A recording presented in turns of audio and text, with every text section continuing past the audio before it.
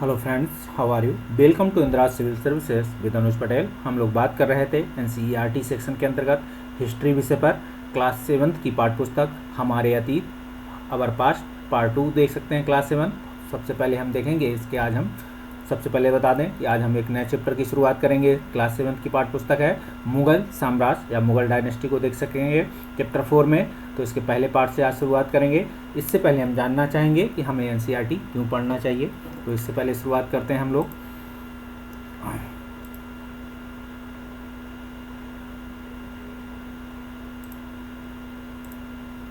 इस संकल्पना को आप देख सकते हैं।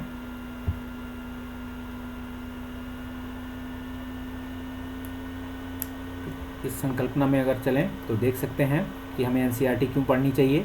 यूपीएससी, अगर आप UPSC, CSC, UPPCS, other state PCS exam दे रहे हैं, प्री कम मेंस दे रहे हैं, वनडे एग्जाम दे रहे हैं, तो आप इसे देखेंगे। क्लास 7 में ऑप्शनल सब्जेक्ट अगर आपका हिस्ट्री है, यूपीएससी सीएससी है, पीसीएस है, यूपीपीसीएस है, नेट दे रहे हैं, पीजीटी दे रहे हैं, तब भी आप इसे देख सकते हैं, पढ़ सकते हैं। साथ ही अगर आप देख सकते हैं कहीं ना कहीं आर्ट एंड कल्चर वाला पार्ट इसमें सीख सकते हैं। ठीक है, इंडियन सोसाइटी के कुछ पार्ट। साथ ही आप देखेंगे कि नए नए राज्यों का उदय, भारत के क्षेत्र या भारत की जो उपमहाद्वीप है इसमें भारत को कैसे बनाया तोड़ा गया, तो देख सकते हैं मुग़ल साम्राज्य ने इसमें कितना योगदान दिया है। तो आज हम मुग़ल साम्राज्य की शुरुआत के पहले पार्ट में देखेंगे कि मुग़ल साम्राज्य आप देख सकते हैं। मुग़ल साम्राज्य के विषय में तो मध्यकाल में शुरुआत करेंगे। मध्यकाल में किसी शासक के बारे में, भारतीय उपमहाद्वीप जैसे बड़े क्षेत्र, तो भारतीय एक महाद्वीप है आप देख सकते हैं। ठीक है, बड़े क्षेत्र में जहाँ लोगों को संस्कृतियों में इतनी विविधताएं हैं, शासन कर पाना यहाँ कठिन कार्य था। ठीक है, अपने ये सभी आप लिख सकते हैं। इंडियन सोसाइटी के, इंडियन आर्ट एंड कल्चर के पार्ट में आप देखेंगे इसके विपरीत का है। मुग़लों ने क्या किया, एक साम्राज्य की यहाँ स्थापना करते हैं और वह कार्य पूरा किया जो केवल छोटी अवधियों के लिए संभव जान पड़ता था। शुरुआत में ये आए हैं और चले जाएंगे, लेकिन 16वीं सदी के उत्तरार्ध से ही इन्होंने दिल्ली और आगरा से अपने राज्य का विस्तार शुरू किया। देख सकते हैं कि 17वीं शताब्दी में लगभग संपूर्ण महाद्वीप पर अधिकार प्राप्त धीरे धीरे ये कर लेते हैं। तो इसके साथ ही आप देखेंगे इन्होंने जो प्रशासन के ढांचे तथा शासन संबंधी जो विचार लागू किए वो राज्य के पतन के बाद भी टिके रहे। जो इनके प्रशासन के ढांचे थे तो आप देख सकते हैं शासन और प्रशासन की जो नीतियां थीं ये कहीं ना कहीं अलाउद्दीन से आप देख सकते हैं। अलाउद्दीन खिलजी के बाद आते हैं शेरशाह सूरी को भी देख सकते हैं। तो शेरशाह सूरी से भी कहीं ना कहीं काफ़ी हद तक मुग़ल प्रशासन एक्सेप्ट करता है, शासन व्यवस्था को एक्सेप्ट करता है। ठीक है, और भी चीज़ों को तो देखेंगे वे उनके पतन के बाद भी टिके रहे। और अंततः आज भी आपको प्रशासन और शासन में मुग़ल साम्राज्य के कुछ बनाए हुए नियम कानूनों के कुछ चीज़ें आपको आज भी दिखाई पड़ेंगी। जबकि आज हम जो भी शासन प्रशासन के बारे में जानते हैं वो यूरोपियन पद्धति है या इंग्लिश स्टाइल है या अंग्रेज़ों की देन है, लेकिन अंग्रेज़ों ने भी हूबहू पद्धति को नहीं उतारा है। उन्होंने भी कुछ मुग़ल साम्राज्य की डायनेस्टी से कुछ शासन और प्रशासन संबंधी नियमों को अपनी शासन व्यवस्था का अंग बनाया हुआ था। आप देखेंगे एक ऐसी राजनीतिक धरोहर थी जो जिसके प्रभाव से उपमहाद्वीप में उसके पश्चात आने वाले शासक अपने आप को अछूता ना रख सके। आज भारत के प्रधानमंत्री स्वतंत्रता दिवस पर मुग़ल शासकों के निवास स्थल पर जाएंगे, दिल्ली के लाल किले की प्राचीर से राष्ट्र को संबोधित करते हैं, आप ये भी देखेंगे। साथ ही आप देखेंगे कि आप देखेंगे या क्या है, स्वतंत्रता दिवस पे जाएंगे तो आपको या बहुत सारी जगह तो आप देख सकते हैं स्वतंत्रता दिवस पे लाल किले की ये प्राचीर दीवार है। कभी आप घूमने जाएं दिल्ली तो यहाँ से क्या करेंगे, मोदी साहब आपको भाषण सुनाई देते दिखाई पड़ेंगे। आप देखेंगे सबसे पहले हम जानेंगे मुग़ल कौन थे। तो आप देखेंगे मुग़ल 2 महान शासकों के वंशज थे। मातृ और पितृ पक्ष से लेते हैं। माता की ओर से वो चीन और मध्य एशिया के मंगोल शासक चंगेज़ खां। तो देख सकते हैं मेन यही थे भारत के। तो देखेंगे ये ही भारत की सत्ता का नींव है, जिसकी मृत्यु आप देखेंगे 1227 ईस्वी में हुई है। तो ये पीटी में क्वेश्चन पूछा भी जाता है, याद रखिएगा।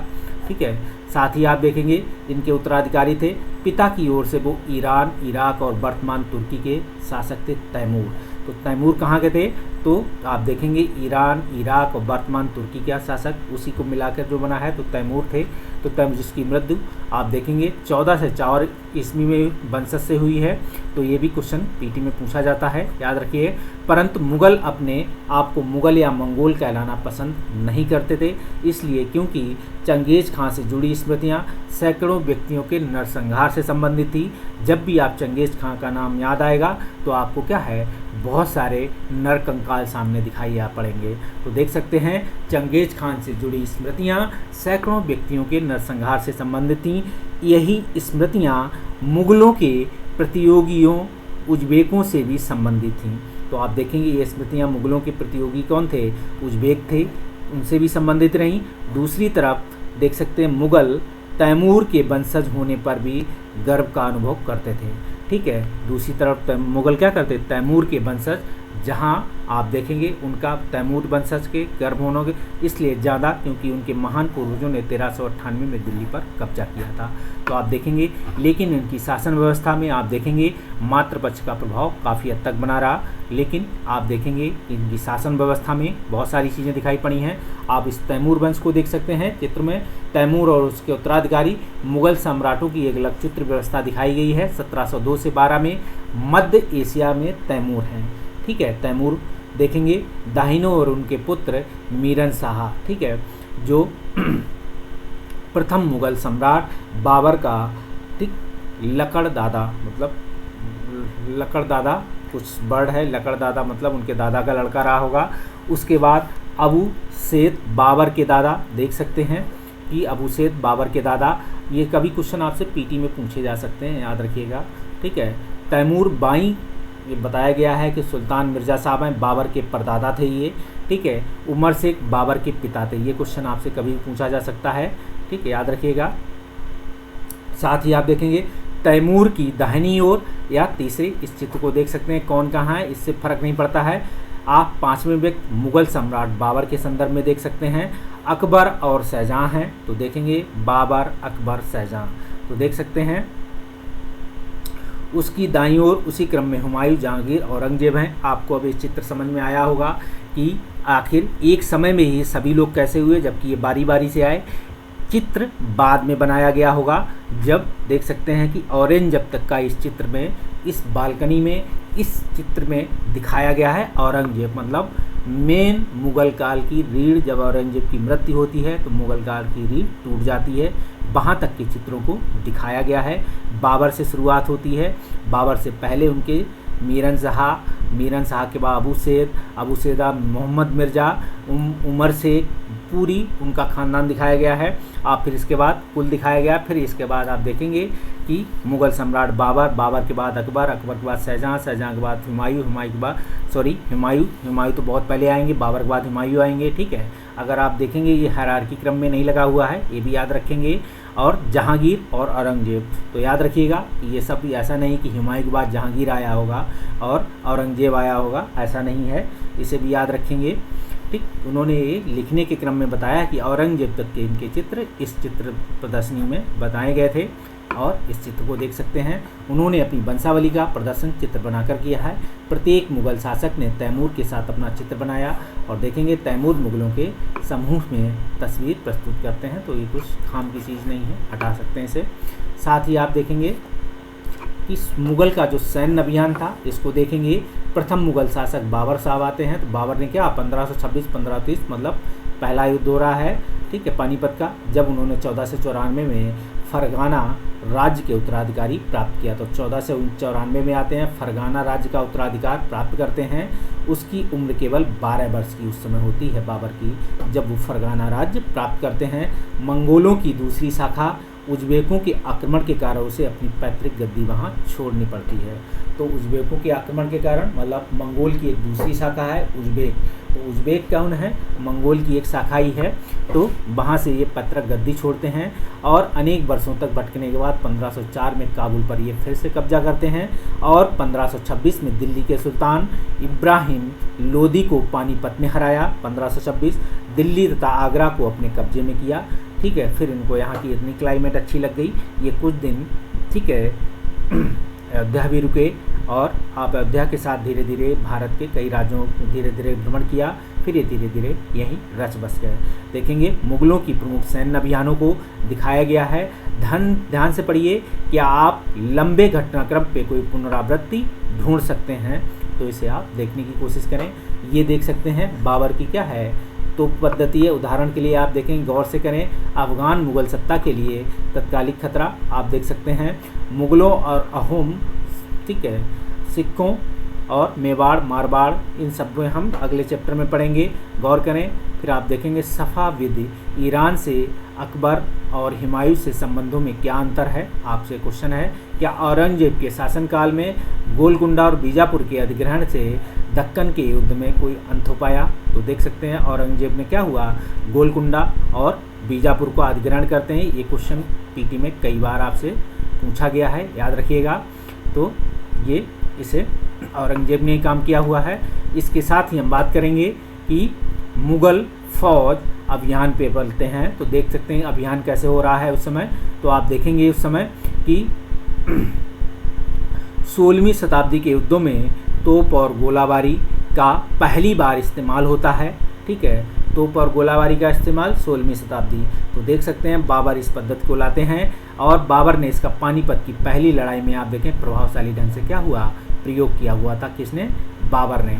तो आप इसको भी देखेंगे, बाबर ने इसका पानीपत में क्या किया है, पहली लड़ाई में इसका प्रभाव ढंग से उपयोग किया हुआ है। अब आप देख सकते हैं मुगल सम्राट के बारे में, तो प्रमुख अभियान और घटनाओं के बारे में चलते हैं। बाबर आते हैं, तो बाबर 1526 से 1530, मतलब ये पानीपत की मेन लड़ाई है, इससे पहले भी युद्ध हुए हैं, ठीक है। बाबर तो 1526 में पानीपत के मैदान में ये इब्राहिम लोदी से और अफगान समर्थकों को हराते हैं, ठीक है। इब्राहिम लोदी की यहीं मृत्यु होती है और बाबर आप देखेंगे लोदी वंश का अंत होता है और मुगल साम्राज्य की अभियान शुरू होता है।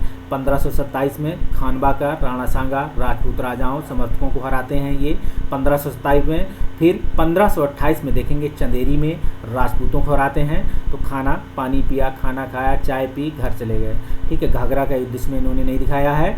तो आप देख सकते हैं मृत्यु से पहले दिल्ली और आगरा में मुगल नियंत्रण स्थापित किए गए हैं और मुगल 1530 से 1540, 1555 से 1556 के दौर में आएंगे। तो आप दिखाई पड़ेगा कि हुमायूं ने अपने पिता की वसीयत के अनुसार जायदाद का बंटवारा किया, ठीक है। आप देखेंगे हुमायूं ने अपने पिता की वसीयत के आधार पर, क्योंकि हुमायूं बड़े थे, और आप देखेंगे मुगल साम्राज्य या जो सल्तनत काल में था, बड़ा बेटा ही अक्सर कर क्या होता है, राजवंश का उत्तराधिकारी के रूप में होता था, राजसत्ता का अधिकारी। तो देखें प्रत्येक भाई को एक प्रांत मिला। उसके भाई मिर्जा कामरान की महत्वाकांक्षा के कारण हुमायूं अपने अफगान प्रतिनिधियों के सामने फीका पड़ गया, क्योंकि मिर्जा कामरान को जो मिला था वो कहते राजा बनना चाहते थे, आपस में प्रतिद्वंदिता हो गई।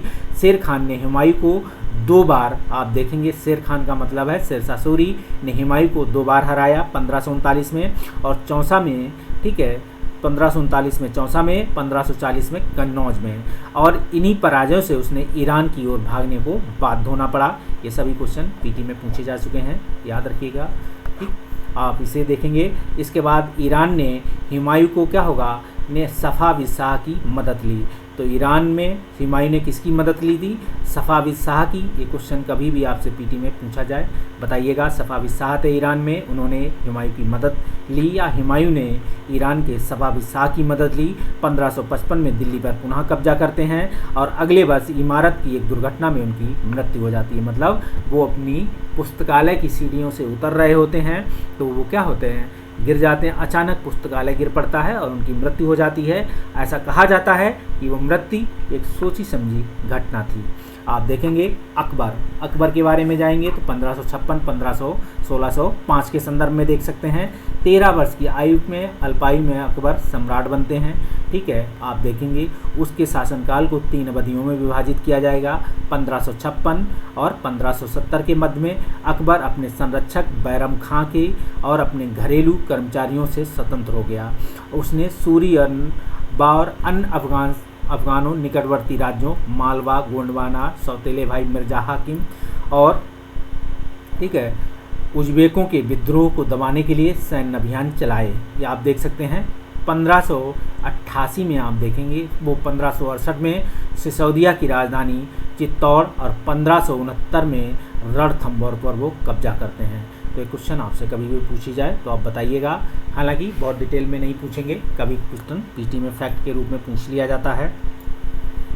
साथ में आप देखेंगे कि 1570 का दौर आता है और 1585 का दौर में मध्य गुजरात के विरुद्ध सैनिक अभियान चलाए गए, ठीक है। और अभियानों के पश्चात पूर्व में, ठीक है, उसने पूर्व में बिहार, बंगाल, उड़ीसा में भी अभियान चलाए हैं। और 1579 से 80 में मिर्ज़ा हाकिम के पक्ष में हुए विद्रोह ने जटिल कर दिया, ठीक है। और तीसरा पक्ष आएगा तीसरे दौर में 1585-16 से 5 में अकबर के साम्राज्य का यहाँ विस्तार शुरू होगा और उत्तर पश्चिम से अभियान चलाए गए और सफ़ाविदों को हराकर कंधार पर कब्जा किया गया।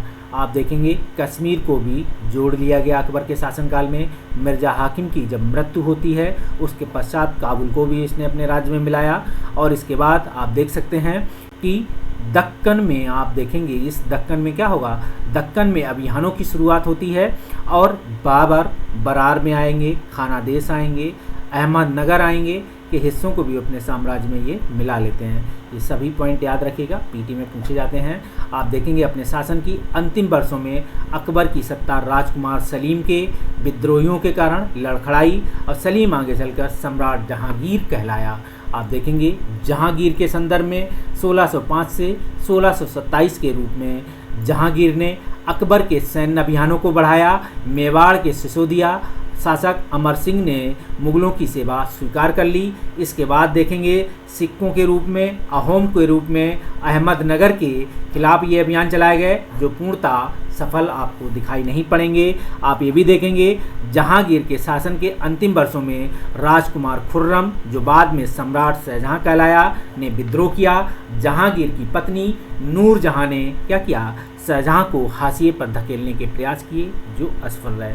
तो आप देख सकते हैं धीरे धीरे जहांगीर का आया तो अकबर के सैन्य अभियान को ही आगे बढ़ाते हैं, लेकिन इसके बाद मेवाड़ के सिसोदिया अमर सिंह, ठीक ने शासक अमर सिंह ने मुगलों की सेवा स्वीकार कर ली। इसके बाद आते हैं सिख, अहोम, अहमदनगर के खिलाफ इन्होंने अभियान चलाए जो पूर्णतः सफल नहीं हुए। जहांगीर के शासन के अंतिम वर्षों में इनके ही राजकुमार, मतलब इनके ही सुपुत्र खुर्रम, जो बाद में सम्राट शाहजहां कहलाया, ने विद्रोह कर दिया। और जहांगीर की पत्नी आप देख सकते हैं नूरजहां ने शाहजहां को हाशिए पर धकेलने के लिए प्रयास किए। तो नूरजहां ने काफ़ी नूर बटोरा तो लेकिन सफल नहीं हो पाए। तो देखेंगे जहांगीर की पत्नी नूरजहां ने शाहजहां को हाशिए पर धकेलने के लिए क्या किया, अनेक प्रयास किए, असफल रहे। आप देखेंगे अब शाहजहां का शासन खुर्रम आते हैं, ठीक है। तो देखेंगे शाहजहां दक्कन ने, देखेंगे शाहजहां का अभियान जारी हुआ, ठीक है, दक्कन में हुआ और अफगान अबिजाद खान जहां लोदी ने विद्रोह किया, ठीक है, और पराजित हुए।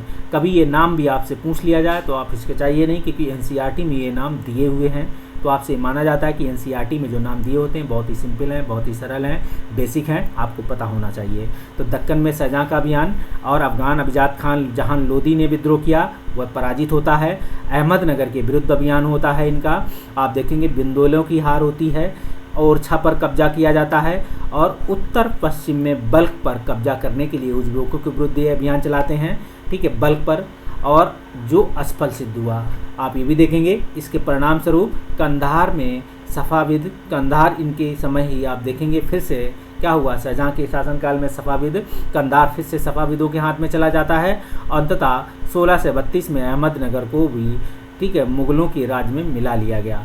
आप देखेंगे बीजापुर की सेनाओं ने सुलह के लिए इन्हें से निवेदन करते हैं और 1657 से 58 में शाहजहां के पुत्रों के बीच उत्तराधिकार को लेकर एक झगड़ा शुरू होता है और औरंगजेब की मृत विजय हुई और दारा सिकवा समेत तीनों भाइयों को मौत के घाट उतार दिया गया।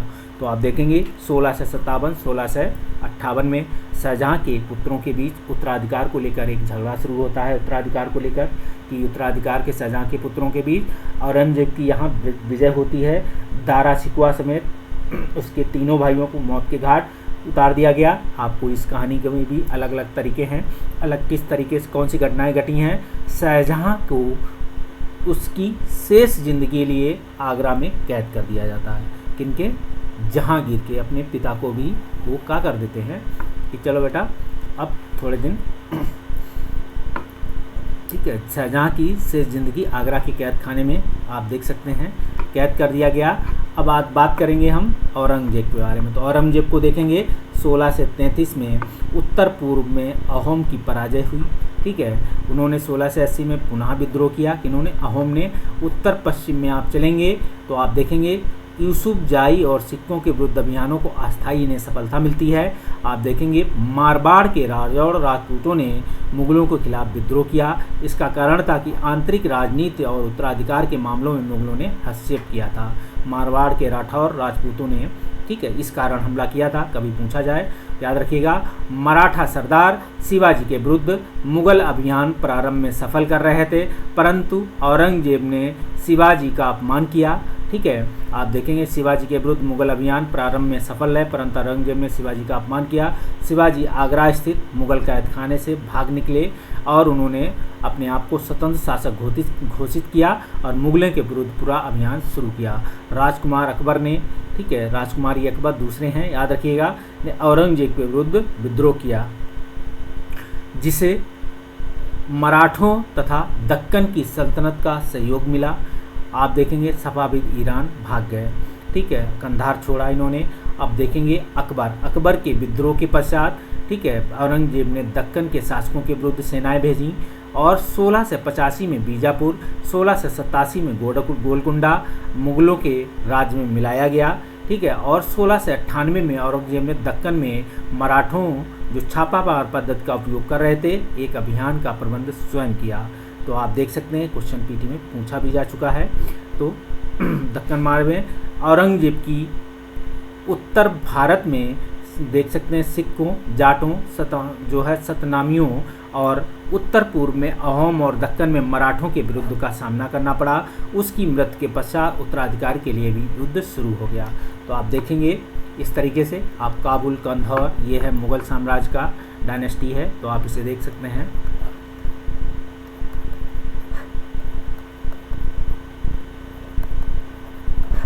इसको देखें, मुगल साम्राज्य को पूरी तरीके से किस तरीके से अब इसकी मुगल काल की उत्तराधिकारी थे, कुछ परंपराएं थीं, कैसे हुआ करता था, इन चीज़ों को हम अगले वीडियो में देखेंगे। इस वीडियो को हम यहीं रोकते हैं। तब तक के लिए बाय बाय, एंजॉय कीजिए। आई होप हमारा बताया हुआ कुछ अच्छा लगा होगा। प्लीज़ लाइक और सब्सक्राइब करें, कमेंट करें। मिलते हैं अगले वीडियो में, तब तक के लिए बाय बाय।